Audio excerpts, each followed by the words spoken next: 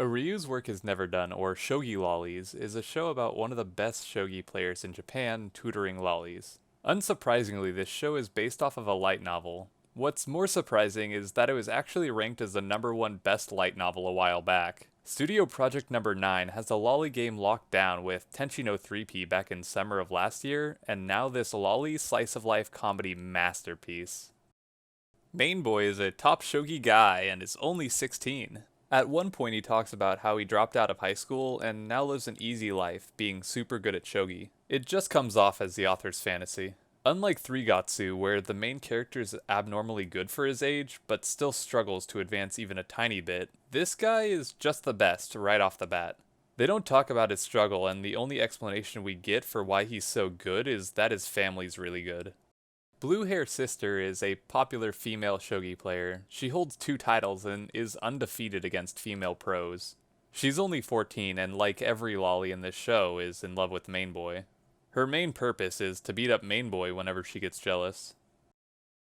Blue Eye is an autistic yandere lolly who loves Main Boy also. She gets to come in and act all crazy when she's jealous and do generic lolly things that'll make the Main Boy go Red Eye is a tsundere who serves as Blue Eye's rival. What wacky hijinks will ensue? The comedy in this show is awful. All the jokes revolve around, I'm not a lolicon, getting hit, being called a pervert lolicon, and even being called a shit lolicon. Something I learned from my gamers video is that people are pretty passionate about their comedies, so if you somehow find the show funny, good for you. I'm not trying to spoil your enjoyment, but I just cannot stand this. Because it's a comedy show, half of the episodes are just jokes, and I don't find them funny in the slightest.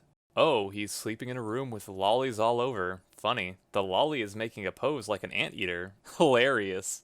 The show starts with the main boy's face being obscured in every shot, but they fully show him after the first 2 minutes, so I don't understand why they did that. We see a flashback where Main Boy is given water by a lolly while he struggles through a match. Then when he heads home, she's waiting for him at his apartment. He freaks out and she says she wants to be his apprentice, so they play a game of shogi and she shows just how powerful her autism is. He puts on his old lady glasses and beats her, then she tells him that she's only been playing shogi for a couple months. For no apparent reason, Aya then cooks him a meal and takes a shower in his apartment. His sister comes by and he tries to keep her out because he has a 9-year-old showering in his apartment. Ai comes out completely naked and acts yandere because that's funny. Then sister comes in and acts how most people would if they walked in on a pedophile on top of a 9-year-old. Some really bad jokes happen between these three, and then he agrees to mentor her. So at this point it's been 3 months since Main Boy became a title holder in shogi. Wouldn't he have gotten other requests to mentor people? Oh, no, then they'd have to explain why he turned them down, and that's too much writing. He heads to a match and takes Blue Eye with him. She starts playing shogi with some girls her age, while he has an epic showdown with the dabbing heterochromia man. He's on the verge of losing until he remembers that his lolly's rooting for him, and decides he never wants to lose again. So he wins. After his match, he brings more grade schoolers to his house. He goes on about how cute they are, and main lolly gets jealous. He wakes up the next day to his sister taking pictures of him in a room filled with sleeping children, and they make some more hilarious jokes. Blue Eye's parents show up, and they don't really seem too bothered that he's sleeping with their 9-year-old. They agree to let her be his disciple if she can win some matches while they watch. But she screws that up, so they change the agreement so that if she doesn't go pro, then he has to marry her. Somehow, everyone in the room thinks this is a sane contract and actually encourage him to agree to it. Oh, I forgot a really good joke. In the start of episode 3, I asked for a memento from Main Boy to use as a good luck charm. He leaves his courage fan on her pillow and she responds by going, Episode 4, we get introduced to Red Eye. She's also a 9-year-old who's good at shogi, but she hates Main Boy. He ends up becoming her tutor and takes her to a shogi hall to practice, but then a super unpredictable scene happens. Blue Eye shows up, and then the episode ends. After that huge cliffhanger, Blue Eye goes yandere. Then her and Red Eye fight over Main Boy, even though Red Eye is supposed to hate him. It all culminates in this hilarious joke.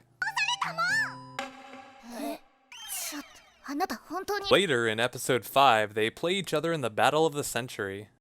Red Eye wins, but then a guy comes over and tells them that if Blue Eye wasn't an idiot, then she would have won. Main Boy has a talk with Red Eye and asks her to join his family. And then, at the end, we see him proudly declare that grade schoolers are the best. In the next episode, Main Boy gets so tilted by a guy hitting on him that he loses to him 3 times. He spends the episode learning how to counter him and getting lolly foot massages. Episode 7 starts in a way that surprised me and made me go, oh. Main Boy is trying to think of a way to win, and then it cuts to the shogi board. But it's not the next scene, it's actually the intro. Unfortunately, that single transition is probably the best part of the show. Anyways, Main Boy wins with his ultra computing skill, and the rest of the episode focuses on big tits. She's trying to avoid being demoted, but loses to the 9-year-old, who's only been playing for close to 4 months, so now she can't be a pro anymore. She could actually be a compelling character, but the episode is just so boring, and the fact that she loses to this child just makes her seem stupid. This is my breaking point. Episode 8. I can't watch any more of this. Big Tits loses again. They introduce Lightning Chan, who's even stronger than blue-haired sister. Then they do the funniest joke. This lady takes all of his words out of context to make him seem like a pedophile. The jokes don't stop there. Once Booby Girl, not to be confused with Big Tits, gets introduced, and they start showing the internet comments on their live broadcast. Blue Eye gets jealous, and all 5 lollies interrupt the show. Then the scrolling comments explode with even more hilarious jokes. Nothing else matters in this episode. Main Boy and Red Hair yell moves at each other for 5 hours. 5-4銀6-3歩6-8金右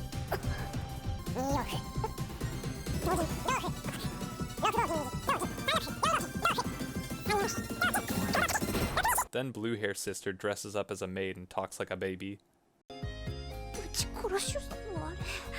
I'm done. The only redeeming quality of this show amongst its awful characters, story, and comedy is its art. It actually seems well done. Granted, most of the show takes place indoors, so backgrounds can remain relatively simple, but it really seems like they put an effort to put little details in to make this all-around bad show look good. You should only watch this show if you really love lollies and lolly jokes, and if you do, I hope you'll be sick of them after this, so you can start to watch better shows.